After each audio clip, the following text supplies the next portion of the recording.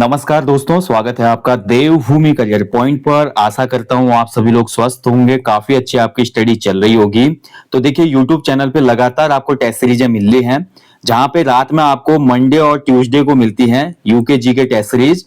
वहीं वेनेसडे और थर्सडे को आपको दिया जाता है हिंदी का टेस्ट सीरीज, और साथ ही आपका फ्राइडे एंड सैटरडे को आपको मिलता है जीएस जी के टेस्ट सीरीज। ठीक है, इसके अलावा दिन में आजकल मैं आपको रीजनिंग का टेस्ट भी दे रहा हूं, यानी कि आपका ग्रुप सी का जो कंप्लीट सिलेबस है हिंदी, उत्तराखंड जी के, सामान्य अध्ययन और रीजनिंग, ये पूरे सिलेबस का रिवीजन आप टेस्ट सीरीजों के माध्यम से कर पा रहे हैं यूट्यूब चैनल पे। उसके अलावा जो हमारी रिवीजन क्लास महाकुंभ आ रही है उत्तराखंड जी के और सामान्य हिंदी की, वो भी आपके लिए काफी ज्यादा हेल्पफुल है। ठीक है, तो चलिए आज रीजनिंग का टेस्ट नंबर 16 देखेंगे और देखेंगे पहले क्वेश्चन को। तो पहला क्वेश्चन इसमें है भाई आपका तार्किक क्वेश्चन है। ठीक है, ऐसे क्वेश्चन आजकल आयोग काफी ज्यादा बना रहा है, तो स्टेटमेंट आपकी आती है इसमें, फिर आपको इसमें कंक्लूजन निकालना पड़ता है, या आपका स्टेटमेंट दिए होते हैं फिर आपको कोड चुनिए कहते हैं, यानी कि कोड आपको बताने होते हैं। तो पहला स्टेटमेंट है, देखिए, ह्यूमन रैशनैलिटी इज लिमिटेड, यानी कि मानवीय तार्किकता सीमित है ना, सीमित या असीमित है, बताइए। हम कंप्यूटर तो है नहीं भाई, हमारी जो तार्किकता है वो बिल्कुल लिमिटेड है। ठीक है, दूसरा स्टेटमेंट बोलता है आपका any individual can improve his decision making through practice, यानी कि करत करत अभ्यास के जड़मति हो सुजान, यानी कि प्रैक्टिस करने से आपका जो तार्किक क्षमता है वो आप बढ़ा सकते हैं, यानी कि अपने डिसीजन मेकिंग में आप इंप्रूवमेंट कर सकते हैं। यानी कि सेकंड जो स्टेटमेंट है वो भी सही है, तो इसका राइट आंसर हो जाएगा option C, both 1 and 2 are correct. ठीक है, ऑप्शन सी हो जाएगा, दोनों सही है भाई इसमें। ठीक है, स्टेटमेंट वाले क्वेश्चन में आपको दोस्तों अपना लॉजिक नहीं लगाना होता है। देखिए मैं आपको एक ट्रिक बताता हूं, आपको स्टेटमेंट के हिसाब से ही आपको कोड्स निकालने पड़ते हैं। जो कोड होते हैं या कंक्लूजन होता है वो स्टेटमेंट के हिसाब से होगा, आप अपना वहां पे डिसीजन नहीं रखेंगे। कई बच्चे क्या करते हैं कि यही होता है, जैसे आपका क्वेश्चन जब बनता है तो वो अपना लॉजिक लगाते हैं उसमें, आपको केवल स्टेटमेंट के हिसाब से लॉजिक लगाना है, तो आपका कभी भी प्रश्न गलत नहीं होगा। ठीक है, चलिए आगे बढ़ेंगे, अगले क्वेश्चन की तरफ बढ़ते हैं। सेकंड क्वेश्चन देखते हैं भाई, बताइए। सेकंड क्वेश्चन है, which of the following diagram shows the relationship between जज, a thief and a criminal.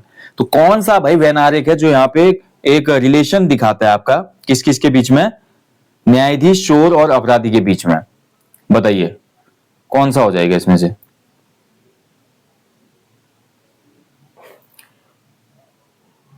ठीक है, ठीक है दोस्तों, तो बताइए इसमें आपको रिलेशन बताना है, फिर वेन आरेख क्रिएट करना है। तो ऐसे क्वेश्चन में आपको देखिए वेन आरेख बनाने में आपको ध्यान देना होता है। देखिए जो चोर है इसमें और अपराधी है, इसमें हम एक चीज कर सकते हैं। देखिए जितने भी चोर होते हैं ना, ये चोर है, देखिए जो भी चोर होगा, जितने भी चोर होंगे ना, वो क्या कर रहे हैं, चोरी करने का अपराध कर रहे हैं, यानी कि जितने भी चोर हैं भाई वो अपराधी हैं। ठीक है, जितने भी चोर हैं वो अपराधी तो होंगे ही भाई, तो अपराधी के अंदर चोर आ जाएगा। ठीक है, अब अपराधी और चोर का जो रिलेशन है वो कहीं ना कहीं जज से अलग है। जज अलग चीज है ना, जज तो एक आपका डिसीजन कर रहा है यहाँ पे जब भी अपराधी कोर्ट में आता है, तो ये आपका एक अलग कैटेगरी हो गई, तो ये आपका जज यहाँ पे आ जाएगा, यानी कि ये हो गया आपका न्यायाधीश। ठीक है, ये न्यायाधीश हो गया, तो ये वाला वैन आरेख बनेगा जो कि ऑप्शन सी में है। ठीक है, जज अलग हो जाएगा जबकि चोर और अपराधी एक में आएंगे, तो ऑप्शन सी बिल्कुल सही उत्तर है। चलिए आगे बढ़ेंगे अगले क्वेश्चन की तरफ। नेक्स्ट देखिए, what will be the image of the picture in the mirror, दर्पण में आकृति क्या होगी। देखिए जब भी हम दर्पण वाली क्वेश्चनों की बात करते हैं तो दिया है, देखिए आपको यहाँ पे इमेज, और दर्पण इस तरफ है, जहां पे देखिए ऐसी लाइनिंग बनी होगी ना, ये लाइनिंग ध्यान से देखो आप लोग, ये लाइनिंग जहां बनेगी, यानी कि शीशा जो है इस तरफ रखा है, दर्पण है। ठीक है, दर्पण को मैं यहाँ पे शीशा बोल रहा हूं, तो ये वाला शीशा ना समझा, वही जो शीशा हम घर में देखते हैं। तो दर्पण इस तरफ है, तो जैक को जब मैं इस तरफ देखूंगा तो जैक भाई कैसा दिखेगा मुझे, तो जैक मुझे दिखेगा ऐसा, देखिए ये जे हो जाएगा, ए जो होता है सेम होता है। ठीक है, दर्पण में अंग्रेजी वर्णमाला में कुछ ऐसे अल्फाबेट है जो आपके दर्पण में भी सेम दिखते हैं, पानी में भी सेम दिखते हैं, उनमें कोई चेंज नहीं आता। जैसे ए भी उनमें से एक है, सी जो है देखिए सी ऐसे बन जाएगा, ठीक है, के ऐसे बन जाएगा। ठीक है, तो ये आप किस में है, देखिए तो जैक ऐसे बनेगा, तो जैक ऐसे जो बन रहा है आपका। ठीक है, अच्छा उसके बाद फिर ये ऐसे है, तो आपका ये इस तरफ चले जाएगा, फ्लैग, फ्लैग का डंडा इस तरफ आ जाएगा ये। ठीक है, ये वाली इमेज बनेगी, तो ये इमेज जो बन रही है भाई आपके ऑप्शन सी में है। ठीक है, सी आंसर सही हो जाएगा, सी हो जाएगा इसका। चलिए आगे बढ़ेंगे। नेक्स्ट क्वेश्चन है, देखिए दी गई आकृति में कुल कितने त्रिभुज हैं। तो त्रिभुज जो काउंटिंग होती है भाई, मैंने आपको वीडियो दिया है रीजनिंग वाले टॉपिक में, देखना है हमारे चैनल पे आपको मिलेगी। कैसे आप ट्रिक के माध्यम से काउंट कर सकते हैं ट्राइंगल वगैरह को। तो दिए गए विकल्पों में अगर ध्यान से देखते हैं भाई हमारा, ठीक है, तो भाई 3 इस वाले में हो जाएंगे, 3 ही हो गए। 3 के बाद आपका, ठीक है, इसमें तो 3 होंगे नहीं, और ये आपका 3 हो जाएगा, यहाँ 3 3 6 हो गए, ठीक है। 6 के बाद आपका 7 8, ठीक है, 7 8 9, ठीक है। 9 के बाद ये पूरा एक लंबा वाला 10, 10 के बाद ये बड़ा वाला पूरा एक बनेगा, यहां से यहां तक बनेगा 11, ठीक है। मतलब इसमें लगभग लगभग आपके जो जाएंगे त्रिभुज, फिर से एक बार अच्छे से काउंट कर लेते हैं। तो देखिए ध्यान से इसमें देखिए दोस्तों, मैं आपको बता देता हूं, ये है त्रिभुज इसमें, ठीक है। तो 3 इस वाले में हो गए, 3 यहाँ पे हो गए, 3 3 और 3 इसमें, जो कि मतलब ये डबल वाला त्रिभुज होता है, इसमें 3 होते हैं ना। तो फिर से समझिए, देखिए पूरा मिटा देता हूं तो समझ में आएगा आपको। देखिए 3 इस वाले में हो गई, जो ये वाला है, ठीक है, ये 3 हो गए, पैक करता हूं मैं। और 3 इस वाले में हो गए, देखिए ये वाला जो डबल में है, ठीक है, 3 ही हो गए। अब बैक कर रहा हूं मैं, ठीक है, हो गए ना 3 3 3 3 6, 3 इस वाले में हो गए, तो 9 तो यही हो गए। 9 के बाद देखिए ये 10 हो गया आपका पूरा, ठीक है, 10 ये हो गया, फिर आपका ये 11 हो गया, उसके बाद ये 12 हो गया यहाँ, ठीक है। उसके बाद आपका ये वाला जो बनेगा, ये एक और बनेगा इसमें, ठीक है, इधर को जाएगा ये, तो ये 13 हो गया। तो कुल मिला के इसमें टोटल जो काउंटिंग फिगर आ रहे हैं मेरे, वो आ रहा है ऑप्शन है 15, ठीक है। फिर भी देखिए मैं हमेशा बोलता हूं, अगर मेरे से किसी क्वेश्चन में आप गलती होती है तो आप लोग प्लीज कमेंट बॉक्स में कमेंट करें, ताकि नेक्स्ट सेशन में मैं उसको क्लियर कर पाऊं। मेरे हिसाब से इसमें टोटल ट्राइंगल हो रहा है 15, ठीक है, 15। चलिए आगे बढ़ेंगे अगले क्वेश्चन की तरफ। नेक्स्ट क्वेश्चन है, देखिए ये है आपके सामने question. Ravi started walking towards east, after moving a distance of 1 kilometre he turn southwards and walk 5 kilometre, again he turn to east and walk 2 kilometre, finally he turn to the north and walk 9 kilometre. How far is he from his starting point. यानी कि रवि का अपने starting point से ये बताना कि कितनी दूर है वो अब, ठीक है। ये पूछ रहा है क्वेश्चन में कि रवि कितनी दूर है। देखिए अब इसको समझते हैं। तो रवि का जो शुरुआती स्थान था यहाँ पे था, ठीक है। रवि ने क्या किया, पूर्व की ओर चलना शुरू किया। पूर्व पश्चिम उत्तर दक्षिण तो आपको पता होना चाहिए ना इसमें। तो इसमें ये ईस्ट होता है, ये आपका वेस्ट होता है, ये नॉर्थ होता है, ये साउथ होता है। तो रवि का स्टार्टिंग पॉइंट ये है, ये जहां से शुरुआत की उसने, प्रारंभ लिखता हूं मैं यहाँ पे, ठीक है। यहाँ से प्रारंभ किया रवि ने, कहाँ को गया, पूर्व की तरफ चले गया। वो कितना गया भाई पूर्व की तरफ, 1 किलोमीटर, ठीक है, 1 किलोमीटर गया। उसके बाद देखिए वह दक्षिण की तरफ मुड़ा, दक्षिण की तरफ मुड़ा और 5 किलोमीटर चला। ये दक्षिण को गया वो यहाँ से, ठीक है, दक्षिण की तरफ मुड़ के कितना गया, ये 5 किलोमीटर हो गया, 5 किलोमीटर, ठीक है। उसके बाद उसने क्या किया भाई, वह पुनः पूर्व की तरफ मुड़ता है, 2 किलोमीटर चलता है, फिर से ईस्ट की तरफ मुड़ता है वो, और 2 किलोमीटर चलता है, ये 2 किलोमीटर हो गया आपका, 2 किलोमीटर, ठीक है। फिर क्या किया उसने, अंतिम बार वह उत्तर की तरफ मुड़ता है और 9 किलोमीटर चलता है। तो 5 तो ये हो गया, 5 तो यहाँ पे तक हो गया, उत्तर की तरफ मुड़ा। अब यहाँ से देखिए 5 तो ये हो गया यहाँ पे, ठीक है, ये 5 हो गया, फिर 4 किलोमीटर और एक्स्ट्रा गया, 9 गया टोटल। तो ये वाली डिस्टेंस पूरी 9 किलोमीटर की हो गई इसकी, ठीक है। यहाँ पे से लेकर यहाँ तक 9 किलोमीटर चले गया, ठीक है। अब आपको बताना है रवि का जो प्रारंभिक बिंदु वहां से वो कितनी दूरी पर है। तो यहाँ पर रवि है लास्ट में, और यहां से शुरू किया था उसने। तो ये देखिए आपका एक त्रिभुज बन जाएगा।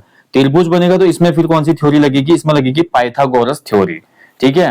तो पाइथागोरस थ्योरी में क्या होता है आपका, देखिए ध्यान से देखेंगे दोस्तों, तो ये आपका हो जाता है, पाइथागोरस थ्योरी की बोलती है आपकी, ठीक है, जो AC का स्क्वायर होता है वो आपका A square AB square plus BC square होता है। तो अगर देखिए ये प्रारंभिक बिंदु है तो 1 किलोमीटर इतना चला था, 2 किलोमीटर, यानी कि ये 3 किलोमीटर की ये टोटल डिस्टेंस हो गई। और ये वाला हमने निकालना है, ये निकालना है हमने, ठीक है। और यहाँ की जो दूरी है देखिए 5 यहाँ चले गया, 4 ये बचा, तो 4 किलोमीटर और 3 किलोमीटर हमारे पास है। तो पाइथागोरस प्रमेय से क्या हो जाएगा, देखिए आपका, ठीक है, ये A है, ये आपका C है, ये B है, ठीक है। तो चलिए इसमें आपका हो जाता है, देखिए AC का स्क्वायर बराबर हो जाएगा आपका AB का स्क्वायर प्लस BC का स्क्वायर। तो AC स्क्वायर इक्वल AB कितना है भाई, AB हमारे पास बच रहा है 3, 3 का स्क्वायर प्लस BC मतलब 4 का स्क्वायर, ठीक है। AC स्क्वायर इक्वल 3 का स्क्वायर 9 धन 4 का स्क्वायर कितना हो गया 16। 16 में अगर 9 जोड़ेंगे तो 25 हो गया, ठीक है। AC स्क्वायर बराबर 25 हो गया। अब स्क्वायर यहां से हटा तो 25 क्या हो जाएगा, अंडर रूट का हो जाएगा। तो AC बराबर कितना हो जाएगा, अंडर रूट 25, यानी कि 25 किसका वर्ग होता है, 5 का, ठीक है। तो अभीष्ट दूरी कितनी आ जाएगी, ऑप्शन बी 5 किलोमीटर, ठीक है। तो कई बार पाइथागोरस प्रमेय आपको यूज करनी पड़ती है। चलिए आगे बढ़ेंगे अगले क्वेश्चन की तरफ। निम्नलिखित आकृति में लुप्त संख्या ज्ञात कीजिए। तो यहाँ पे आपको मिसिंग नंबर बताना है, फॉलोइंग फिगर।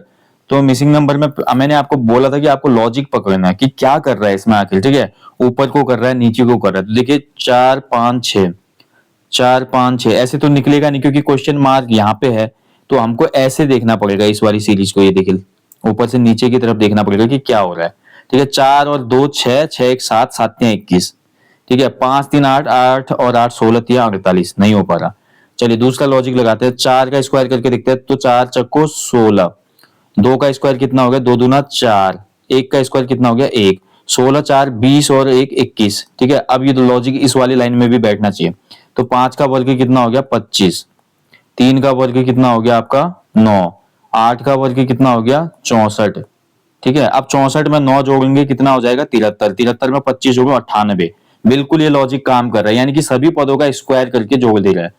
चलिए तो लास्ट वाले में भी करके देखते हैं। 6 का वर्ग कितना हो गया 36, 7 का वर्ग कितना हो गया 49, 3 का वर्ग कितना हो गया 9, 36 और 9 45, 45 में अगर मैं 49 जोड़ूंगा तो 94 हो जाएगा, ऑप्शन ही हो जाएगा 94, ठीक है। तो 94 आ जाएगा क्वेश्चन मार्क पे। ऐसे आपको बनाना है, ठीक है। आपको लॉजिक चेक करना है कि कैसा इसमें पैटर्न चल रहा है, क्या लॉजिक लगाया गया। चलिए अगला क्वेश्चन है आपका ब्लड रिलेशन वाला क्वेश्चन है। ब्लड रिलेशन में एक व्यक्ति कहता है फोटोग्राफ को दिखाते हुए, ठीक है। फोटोग्राफ को दिखाते हुए व्यक्ति क्या कह रहा है, ये व्यक्ति हो गया। फोटोग्राफ को दिखाते हुए व्यक्ति ने बोला, ये व्यक्ति हो गया, फोटो में दर्शित महिला मेरे भांजे की नानी है, ठीक है। फोटो ये महिला है भाई, ये फोटो में महिला है, ये महिला है। और ये महिला क्या है, इस व्यक्ति दर्शित महिला मेरे भांजे की नानी, इस व्यक्ति का जो भांजा है, इस व्यक्ति का जो भांजा है उसकी ये नानी है, ये महिला, ठीक है। थोड़ा तो समझ में आ ही रहा है। अगर इसके भांजे की जो महिला से नानी का संबंध है तो कहीं ना कहीं ये व्यक्ति, क्योंकि मामा होगा ना, ये इस व्यक्ति का भांजे का मामा होगा और मामा की मम्मी ही तो नानी कहलाती है। तो कहीं ना कहीं ये व्यक्ति इसी का पुत्र है, महिला का, ये तो पता चल ही रहा है इसमें, ठीक है। तो फोटोग्राफ की इस महिला का उस व्यक्ति की बहन से क्या संबंध है, तो महिला का उस व्यक्ति से संबंध बहुत सिंपल है, इसमें आपका माँ हो जाएगी ये, ठीक है। बहुत सिंपल है, तो एकदम पकड़ में आ गया क्वेश्चन, माँ हो जाएगी। चलिए आगे बढ़ेंगे। नेक्स्ट क्वेश्चन है, एक बंदर 12 मीटर ऊंचे चिकने खंबे पर चढ़ता है। पहले मिनट में 2 मीटर चढ़ता है और अगले मिनट में 1 मीटर नीचे गिर जाता है। इस तरह वो कितने समय में खंबे के शीर्ष पर पहुंचेगा। देखिए ऐसे क्वेश्चन को क्या करना है आपने, पहले बंदर कितना, उसकी टोटल चढ़ना है आपको 12 मीटर पे, 12 मीटर पे जाना है उसने, ठीक है।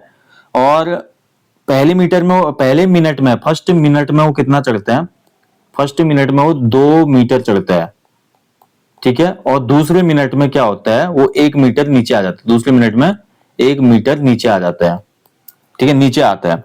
तो 2 मिनट में मान लीजिए पहला जो मिनट है उसमें 2 मीटर ऊपर गया, अगले जो मिनट में है वो कहने का मतलब अगला जो मिनट है फिर 1 मीटर नीचे आ गया।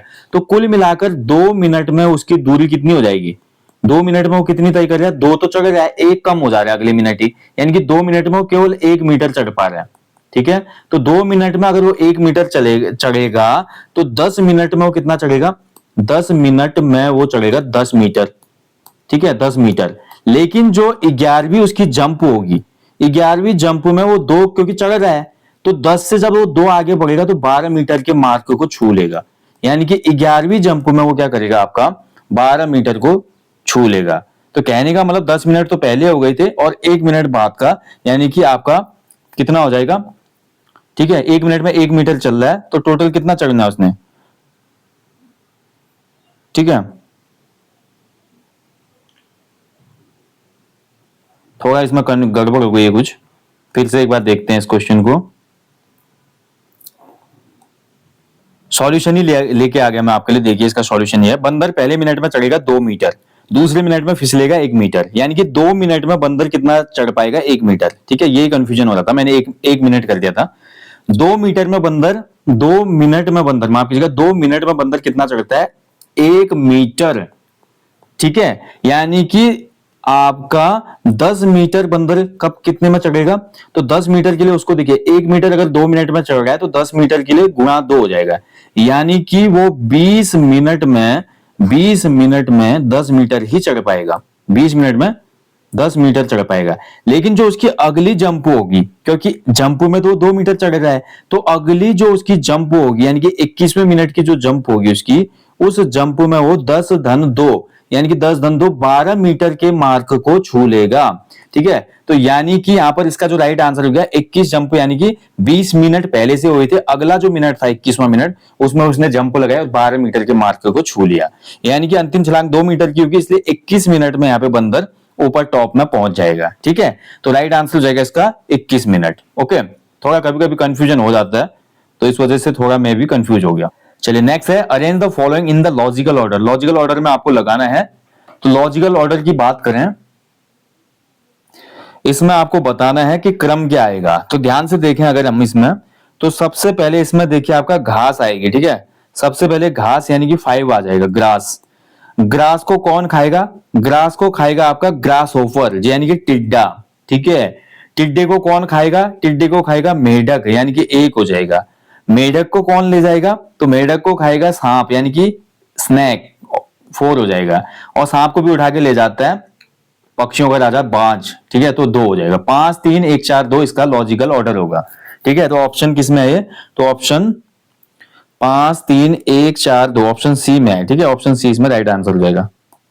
ठीक है, चलिए लास्ट क्वेश्चन है, फिर से आपका स्टेटमेंट वाला क्वेश्चन आ गया, ध्यान से समझना है आपको। देखिए क्वेश्चन ध्यान से समझिएगा। पहला स्टेटमेंट है सभी बच्चे विद्यार्थी हैं, यानी कि जितने भी हमारे बच्चे हैं, ऑल चिल्ड्रंस आर स्टूडेंट्स। ठीक है, नेक्स्ट है देखिए सभी विद्यार्थी खिलाड़ी हैं, ऑल स्टूडेंट्स आर प्लेयर्स। तो जितने भी खिलाड़ी हैं वो प्लेयर हैं। अब बताइए इसमें आपका कौन सा निष्कर्ष निकलेगा? ठीक है, तो देखिए सभी बच्चे विद्यार्थी हैं, सभी बच्चे विद्यार्थी हैं और सभी विद्यार्थी यानी कि सभी बच्चे, ध्यान से देखिए, सभी बच्चे विद्यार्थी हैं। जितने भी बच्चे हैं सभी बच्चे क्या हैं? आपके विद्यार्थी हैं, ये विद्यार्थी हो जाएगा। ठीक है, और सभी विद्यार्थी खिलाड़ी हैं, और जितने भी विद्यार्थी आ रहे हैं ये आपके खिलाड़ी हो जाएंगे। तो ये आपका व्यवहारिक बन गया इसका। और इसमें जो स्टेटमेंट है सभी क्रिकेट खिलाड़ी विद्यार्थी हैं, क्योंकि क्रिकेट तो मेंशन है ही नहीं ना, सभी विद्यार्थी खिलाड़ी हैं, बट किस स्पोर्ट्स के हैं ये तो पता ही नहीं चल रहा। वो खिलाड़ी तो है, जरूरी थोड़ी है क्रिकेट के हो सकता है बास्केटबॉल हो, कबड्डी हो, बैडमिंटन हो। तो पहला जो निष्कर्ष है कंक्लूजन 1, जिसमें ये बोलता है कि all students are cricket players, ये आपका गलत हो जाएगा।